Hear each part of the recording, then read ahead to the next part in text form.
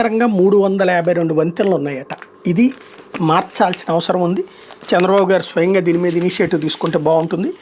రాష్ట్ర వ్యాప్తంగా ఆర్ఎన్బి రహదారిలోని 352 వంతెనలు ప్రమాదకరంగా ఉన్నట్టు, 1057 వంతెనలు సైతం పాక్షికంగా దెబ్బతిన్నట్టు, 6609 వంతెనలు సురక్షితంగా ఉన్నట్టు ఇంజనీర్లు తనిఖీల్లో గుర్తించారు. ప్రమాదకరంగా ఉన్న పాక్షికంగా దెబ్బతిన్న వంతెనలకు వెంటనే మరమ్మతులు చేయాల్సిందేనని తేల్చారు. ఏడాది జూలైలో గుజరాత్లో మహీసాగర్ నది మీద ఆర్ఎన్బి వంతెన కూలిన నేపథ్యంలో మన రాష్ట్రంలో రహదారుల వంతెనల పరిస్థితి ఏంటో తనిఖీ చేసి నివేదిక ఇవ్వాలని రాష్ట్ర ప్రభుత్వం ఆదేశించింది. దీంతో అన్ని ఆర్ఎన్బి డివిజన్లో జిల్లా రాష్ట్ర జాతీయ రహదారుల వంతెనలను ఇంజనీర్లు తనిఖీలు చేశారు. 583 వంతెనల పునాదులు బలహీనంగా ఉన్నాయని తేలింది. మిగతా 754 వంతెనల్లోకి వచ్చేటప్పటికి పాక్షికంగా తేడాలు ఉన్నాయన్నటువంటి తేలింది. ఓవరాల్గా బాబు గారు తలుచుకుంటే సాధ్యమవుతుంది. 100 కోట్ల రూపాయలు అవసరం అవుతుంది, కానీ ఇది చేయాల్సిన అవసరం అయితే ఉంది.